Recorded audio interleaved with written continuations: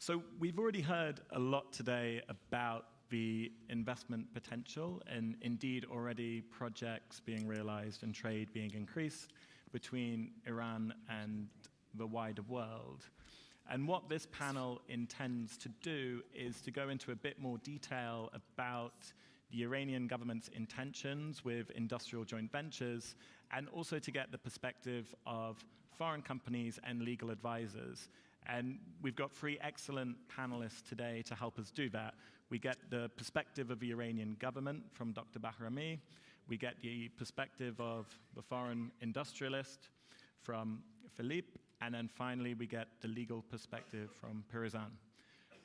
So to begin, I would just like to work our way along the panel with each panelist just to introduce themselves and to make a few opening remarks to get us going. I'll then ask them a few questions, but we will be coming to you to ask your questions, so please do think of them and have them ready in about 20 minutes from now. Please. Good afternoon, ladies and gentlemen. I'm Afrouz Bahrami, General Manager of Foreign Investment in the Ministry of Industry, Mine and Trade.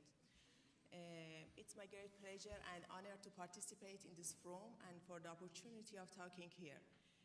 I hope I have been able to give you an overview of investing in Iran.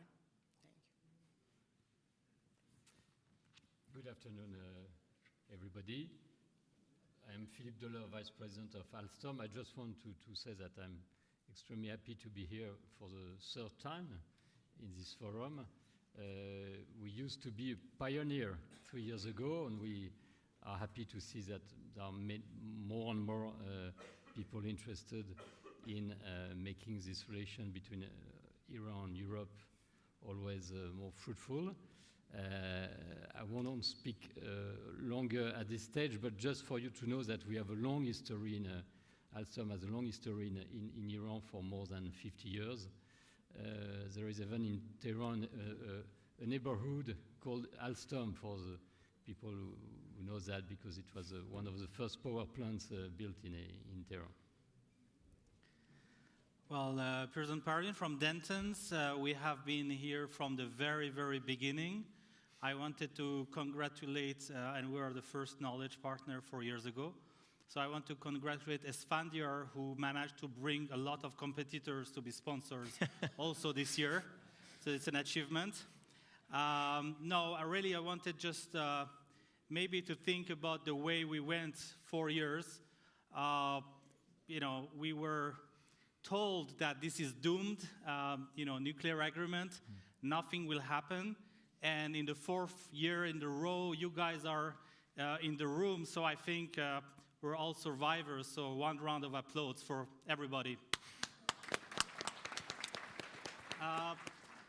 Dentons, we'll speak about it later. We are probably still the only law firm, thanks to our Dentons US office, and thanks to our operations in Iran, to be able to provide advice from Washington to Tehran through Dentons Europe. And we have worked on industrial JVs with the public sector and the private sector. One of them was the Renault joint venture, but also in many other instances with the private Iranian sector, which we just mentioned is growing, and the government of Iran wants it to grow. We'll speak about them as good partners for our clients in a moment. Thank you. So there were some opening remarks. I think a good question to begin with would be for you, Dr. Bahrami, which is really around the fact that we have a second-term Rouhani administration. What is it that this administration is doing differently with industrial joint ventures, and what can foreign companies in the room look for? As you know, joint venture is not expressly regulated under Iranian law. Rather, a joint venture is an agreement regulated by the general principles of contract law. But there is not any limitation for foreign investors for joint venture with domestic partner in Iran. In Iran, foreign investor could register a company independently with 100% of management and ownership. or establish a common firm or common company with the domestic partner without any limitation in share percentage. For instance, in new joint venture, Renault will be the majority shareholder of the new joint venture company formed with Iranian partner Hydro and Renault. Okay, thank you. And then Philippe, to you next then. You're obviously one of the few companies that has made some progress with these agreements as a majority shareholder, if I'm correct. What have been the main challenges that you felt as a foreign organization going back into Iran with the scale and emphasis that you have? Well, for sure, the main challenge remains the international context, which need to be stabilized. So I will be in a better situation to answer your question after October the 16th, because really it's an issue. But if we take this point aside, for sure, the Iranian market is quite open. So there is no limitation that can be found in other markets. A second very positive element is the level of development of education, and third point is the size of the market. So these are all ingredients extremely positive to look at Iran. We have this advantage to have a long experience, because that may be the biggest challenge for a newcomer into the Iranian market. I would not say a big difference of culture, because we find European very easily in the same terms as our Iranian friends. But there are some differences, and that's the reason why there is a need to have an Iranian partner to combine with our Iranian clients to speak the same language. That's not necessary, legally speaking, but it's of course extremely useful to work well on this market. Thank you. And I think from the experience we've had with organizations in Iran, I think there was a bit of a misperception when sanctions relief kicked in about just how flexible the Iranian legal system was for foreign companies coming in, not just with industrial joint ventures, but generally with agency agreements, for example. That sort of leads me to you, Piruzan, which is really a question around if there is this flexibility in terms of foreign ownership versus local ownership. From your perspective as a legal advisor, what does an Iranian company bring a foreigner? What are the advantages of partnering? Well, we're taking the perspective of our client, a foreign manufacturer or industrial player. What do they want? They want a quick market entry. What do they need? They need an industrial tool. Therefore, I totally agree with the analysis Philippe made, that is, you can go and do a greenfield. The legal system in Iran enables it. Maybe even in certain sector, that is the wise thing to do. The atmosphere and, regulatory atmosphere, and enables it. So it would really be a possibility. However, the need to start production, having trained workforce, and so on, makes our client go with choosing Iranian partner. And then I think you have a choice with going with a Hydro type partner, or going with a private partner, looking for a private partner. And there I think that it depends in which sector you are. I think the real value and leverage of companies, governmental-owned companies such as Hydro, provided that the compliance checks and everything goes smoothly, is that Hydro is able to determine that a sector is a strategic sector for the government, that in that sector we need more industrialization, we need to empower more Iranian smaller companies, and basically Hydro can work almost as an arranger, bringing in the foreign side, boosting the joint venture project, and bringing along an Iranian partner, and then letting it go after a few years and letting that sector grow. Of course, with a partner like Hydro, the foreign side will a little bit be dependent on the policies of the Ministry of Industry and Mines. And, so you have, the pros and cons of it.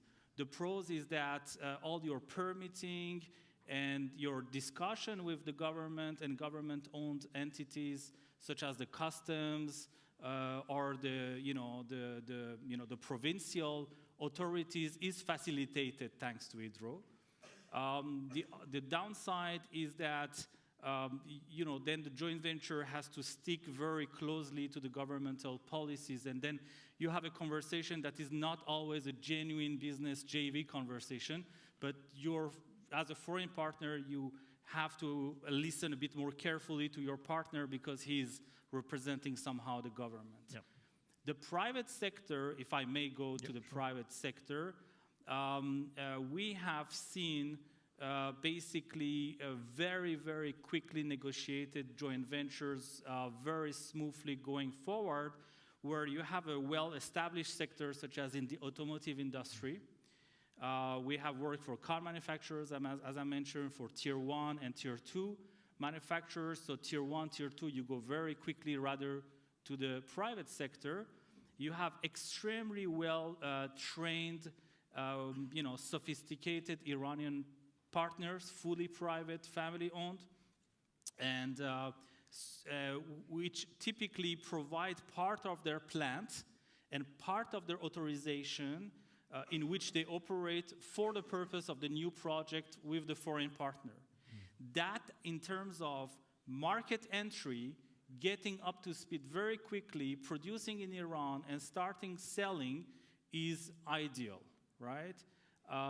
And I must say, and we have to speak about it openly, in case of political risk on Iran, that private sector, that partner who owns the manufacturing land and industrial tool, is also helpful to keep that for the time the partner can come back to the country.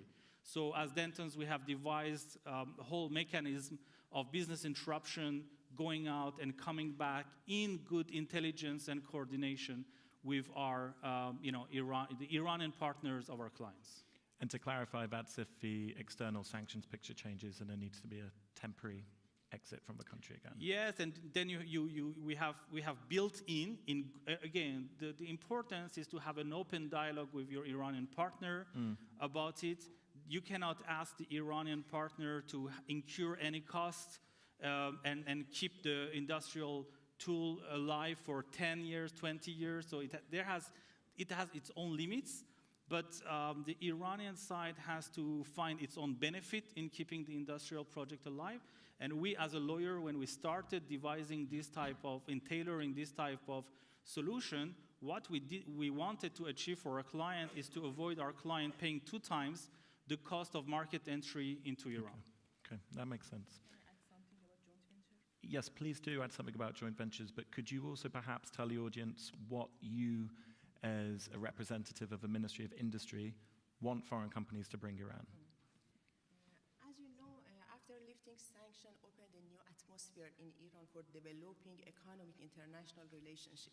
In this new period, our strategy, especially in the Ministry of Industry, Mine and Trade, is developing foreign direct investment under license production, technology transfer, joint venture model, and so on. We support foreign direct investors for speeding up the process of investing in Iran, whether the foreign investor is 100% of shareholder or with the domestic partner joint venture. But we believe joint venture form is a win-win model for cooperation because on the one hand, the technology and the knowledge and know-how pass on the domestic companies in Iran, and the other hand, local partner help to speeding up the activities of investing in Iran because local partner knows more about local and domestic rules and regulation in Iran. And we believe that Iran is a very appropriate place for investing today. And it has lots of capabilities and opportunities that mentioned Dr. Karbosian, and I add to it something, and it is there are considerable incentives in Iran related to custom duty and tax exemption. And we believe Iran is a very appropriate place for investing. And some investors believe non-commercial risk in Iran is high, such as business environment risk, doing business risk. Fortunately, for disappearing this concern, all of the capital and the profit gained by the capital that foreign investors invest in Iran is subject, shall be subject to government protection and guarantee. And it is related to FIPA rules, foreign protection investing articles, and it will not change by changing government responsible and so on. Okay, thank you. So we've heard a bit about what the Iranian government wants to see from foreign companies and how you see the incentives for foreign companies coming in. And we've also heard the advantages of having a local partner, be that public sector or private sector.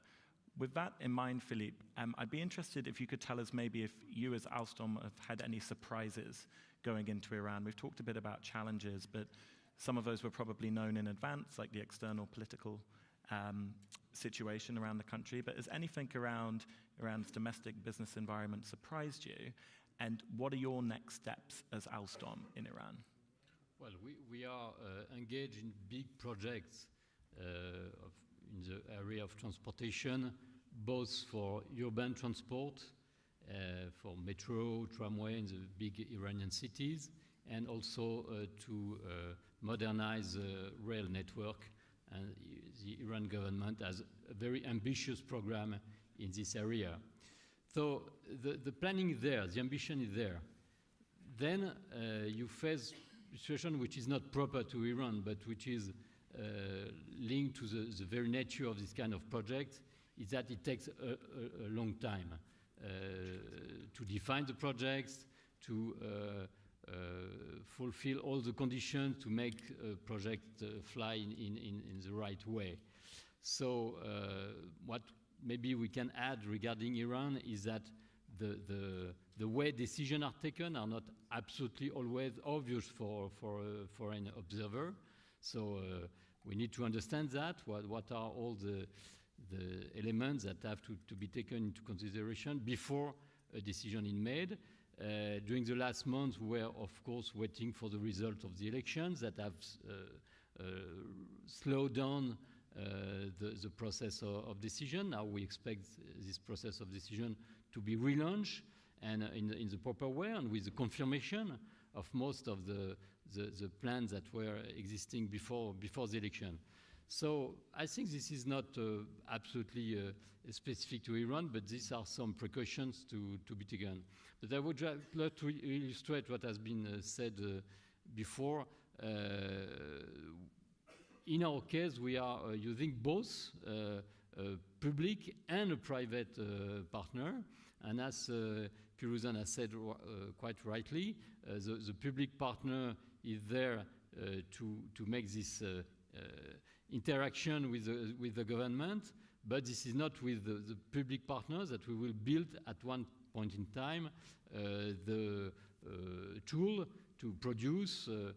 There are, generally speaking, especially in governmental projects, some requirement of localization, which makes sense considering the size of the market.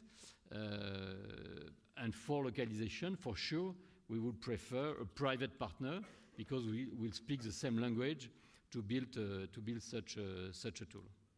Okay, thank you. And for the audience, in about 7 minutes or so, we're going to come to you for questions. So please, if you don't have one already, please start thinking. Firuzan, to you next.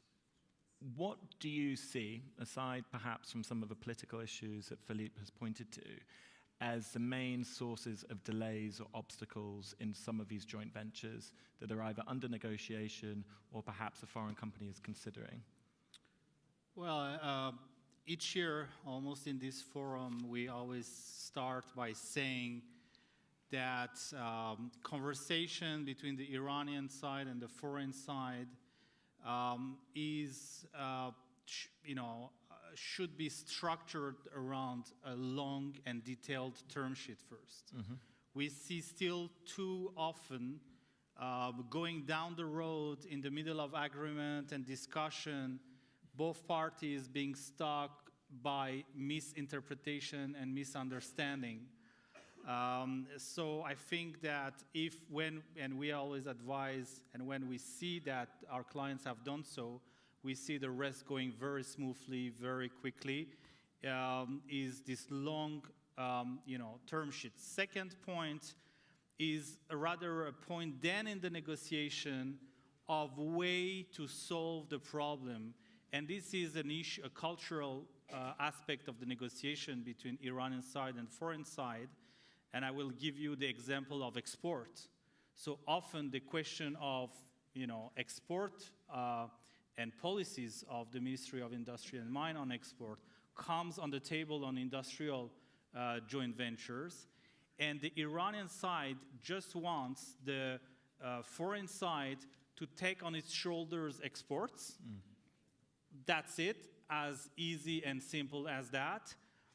They have a bias. They believe that the foreign partner, being all over other countries abroad, will have facilities in order to take those products and export those products. And I've even heard in negotiation things as simple as they should just shut down all our production and let our product get exported in the following countries. Of course, it just doesn't happen like that. And the foreign side typically says, okay, we need to reach that export level, say 30% export targets. Now here are the cost of the products. You guys are not in WTO. We have custom tariff issue. So we have to create in our joint venture a working group to devise on how we will achieve that. And this is just not a bad faith issue to say from the foreign side, but it's often perceived as not a real undertaking and not a real commitment from the foreign side by the Iranian side, because they say, no, why do you want to start later on thinking about it? But for the foreign mind and in the rationale of the foreign mind, we don't know how to go from A to B. We have to sit and think about it, but we agree. We agree with the policy of the Ministry of Industry and Mine that we have to have those export level. We agree to allocate team to work on it, but we have to devise how we get there. Yeah. So this is one example I can say. I just want to give one other example of, again, misperception about the use of the JV as a tool. The foreign side often integrates from an operational perspective the Iranian JV as part of its group and allocates their resources, tools, does training, sometimes agrees to set up R&D centers such as Renault in Iran, which is great, that is basically not for Iranian market also only, but connecting Iranian engineers to all the Renault projects in the world. So it's very good and so on. But in such large projects, you have big investments, right? And for the Iranian side, they're taking the management board position as an absolute control governance tool in the JV. They want to have the management board position they will feel on their side to almost control everything, even if the business plan is pre-agreed, even if the budget is agreed. And the foreign side often says, well, I have the business plan, I have the budget, I have my managing director and my team, let him do now and let him not, allow him not to come back every other day for every expense and ask authorization again. So we have this type of conversation, we find always ways. Always there is we work on the rationality base, a reasonableness standard base.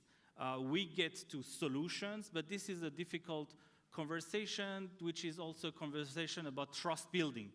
I am sure that over time, after, when the JV is in place, when everybody gets more trust in each other, all these get easier. Okay. But this is a part where trust is perceived as yet missing in the negotiations. Okay, so I'm going to come to the audience in a moment. I'm going to ask Dr. Bahrami one last question. So if I were representing a foreign company going into Iran and my negotiations were experiencing some of the difficulties that Perizan has just identified for us, what would you advise me to do next? Would it be go through lawyers or come directly to you at the ministry? Thank you. Both of them. Okay. Both of them That's a very diplomatic answer. We need foreign direct investment in both form of joint venture or 100% of shareholder from foreign investors. In the Ministry of Industry, Mine and Trade, we believe in trade development, foreign direct investment development, and based on the 5 years economic development plan of Iran, annual economic growth of 8% is considered. And we need to create 1 million jobs annually. We need $50 billion foreign investment annually to achieve the 8% growth in both finance and FDI, foreign direct investment. And for creating 1 million jobs and for achievement to 8% growth annually, we need both of joint venture and 100% of investing from foreign investors. And the government is seriously support foreign investors and help them to speeding up the process of investing in Iran. Okay, some reassuring words. We're now going to you in the audience. I see one question here at the front. Can we have a microphone, please, for Barbara? And for those of you asking questions, please can you keep your questions succinct? And if you would like to direct it at a specific panelist, please do say so. And also please tell us who you are. Thank you. Thank you. Barbara Slavin from the Atlantic Council.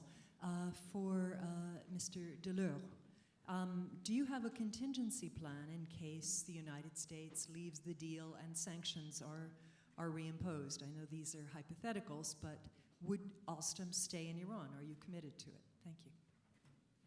Well, the answer to your question is very simple.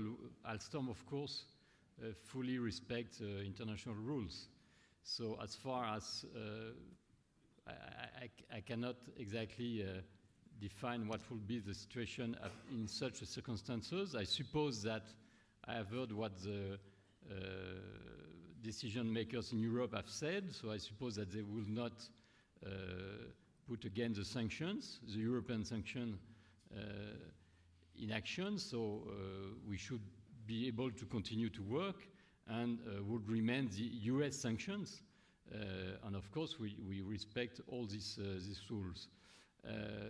What we must say, and this referred to the panel of this morning, what remains a big issue in our business, which depends very much on long-term financing, is that even though, according to the agreement, to this POA, there should be long-term financing, there is no more obstacle, legally speaking, for this financing. Everybody knows that, practically speaking, it's not exactly the same. And unfortunately, in the circumstances you mentioned, the situation will not improve, for sure. Thank you. So we have a question here, and then one here and one here. Do we only have one microphone? Thank you. Okay. Thank you very much. It's a question to Mrs. Bahrami. Could you tell us? My name is Giulio Terzi. Thank you. I am former foreign minister, former ambassador of Italy, and advisor to UANI. and to other organizations. I found very interesting the presentation also of the Alstom Vice President, because it gives the sense, I am aware that there has been a recent agreement with another major European partner related to the One Road, One Belt, a line of communication between China and Europe through Iran. If Ambassador, brief questions, please. We only have 9 minutes. Now, given the wider perspective, not only investment perspective in Iran, especially in the oil and gas sector, but given the wider market to which it was referred, the number of presentations, 400 million people in the region and so on, is it confirmed that there is a policy of the Iranian government now also to invest in oil and gas in Syria and in other neighboring countries, besides promoting foreign investment in Iran? I put this question because this may be another area where foreign investment could connect with Iranian investment. Okay, I'll find out. Thank you. So the question is the Iranian government investing overseas? Overseas or practically in the region, because a couple of weeks ago, The Economist said that there is a policy for Iran to invest and to develop oil and gas in Syria. I'm sorry. Is it valid also for Iraq? The clock is ticking, and I saw lots of hands when I last asked the question. So is the Iranian government looking for overseas investment opportunities in the Middle East? I think was the question. Investing in Iran or Yes, outside Iran, overseas, in the Middle East. in other countries in the Middle East. Yes, obviously there is our strategy, but in these days, because of Iran needs money, needs fresh money, and there is lack of money in Iran, and we need $50 billion foreign investing for achievement to 8% growth annually. Our priority is attracting foreign investors in Iran. Okay, thank you. We have a question here, and I believe here as well. Thank you very much. So maybe I can just go off that. My name is Hamid. I'm from the Iran and Luxembourg Chamber of Commerce, the home of funds in Europe. So we talk a lot about the attraction of investments into Iran, right? And then we talk about the interest rate versus inflation and all the opportunities. But we still have an issue that our investors are not certain about the Iranian market, mainly because of the political, problems happening here around, the nuclear deal being in question, Trump administration reactions. So when my investor, after all these numbers and opportunities, comes to me and says, hey, I'm still hesitant, what would you recommend that I can tell them? Because they're still not sure that Iranian investment is secure. Okay, so I think the question there was, given all the political uncertainties over the JCPOA and in the Middle East more broadly at the moment, what reassurances would you give this gentleman to provide to his investors? As I mentioned, your question is about the guarantee and protection of investing in Iran and the concern of foreign investors for high risking in Iran? Exactly, and they are aware that the government guarantees the investment. Yes. Fortunately, I mentioned it before. For disappearing the concern of foreign investors about non-commercial risk in Iran, I believe the non-commercial risk in Iran is high. And for disappearing this concern, as I told before, all the capital and the profit of your capital that you invest in Iran shall be subject of the government protection and guarantee. And I would add to that. The government issue the guarantee for your capital and the profit gained by your capital. I would just add to that as well, from the investors and corporates that we work with, it's quite a personal decision whether you decide a country or a project or a partner is the right fit for you. So the insurance or assurance, I should say, you provide one entity is going to be very different to the assurances that another entity would need, based on the sector, the nationality, where else in the world they're doing business. But Pirazan, perhaps you would like to add something. Yeah, that reminds me the Geneva Forum questions. Okay, Iran is not on a planet alone. And when you have invested in many other emerging markets, this is the conversation we see inside our clients. You have taken the risk many years ago of the Russian environment, of the Central European environment, of the African environment, sometimes of the Latin or Central American environment. Well, this is simply a political risk management. And compared to that, paradoxically, the GCPOA puts some rationale into things which might happen, which makes a difference between Iran and Qatar. You don't wake up suddenly in the morning with a situation you didn't expect. Now, the main elements that our clients are taking into consideration when managing political risk in relation to Iran is there is no more legitimacy of sanctions on Iran as long as Iran doesn't fold, which has been reiterated by everybody. Basically, European ambassadors, European foreign ministers, and so on and so forth. And when there is no legitimacy, what we have seen from the beginning and told about from the beginning in these conferences from 4 years ago until now, consistently, when there is no legitimacy to sanction, what we see is competition. And because Iran is a huge market with enormous potential, when Europeans are not there, Asians are there. Where Koreans are there, Japanese want to come. When Italians go there, French people and Germans want to go, and so on and so forth. And the rest is just political risk, not much more than many other countries where those same investors are investing. It seems only right to look at you, Philippe, for a few words on this point as well. As a foreign investor here on the panel, what would be your assurances to appear in another European industrial company? No, but first of all, of course, we take risk all the time, and we have to minimize the risk. But I think the major risk will be to miss the Iranian market. We have to also to have that in mind. So, of course, we calculate and we try to minimize the risk. But really, its time is now.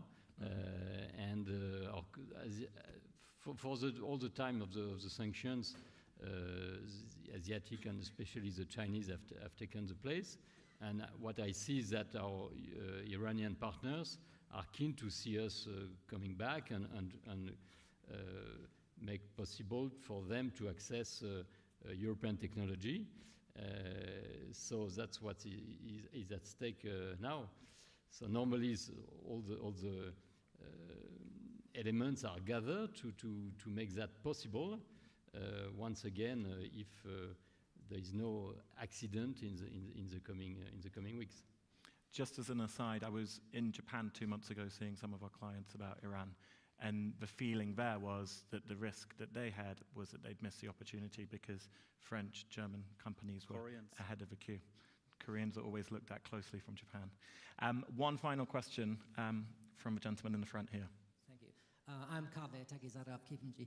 Philippe, if I may ask you a question, you are mentioning the type of projects you are planning. It's going to be infrastructure, rail, etc., energy. And I'm assuming it's in the 3 million digits, project financing, that you might need.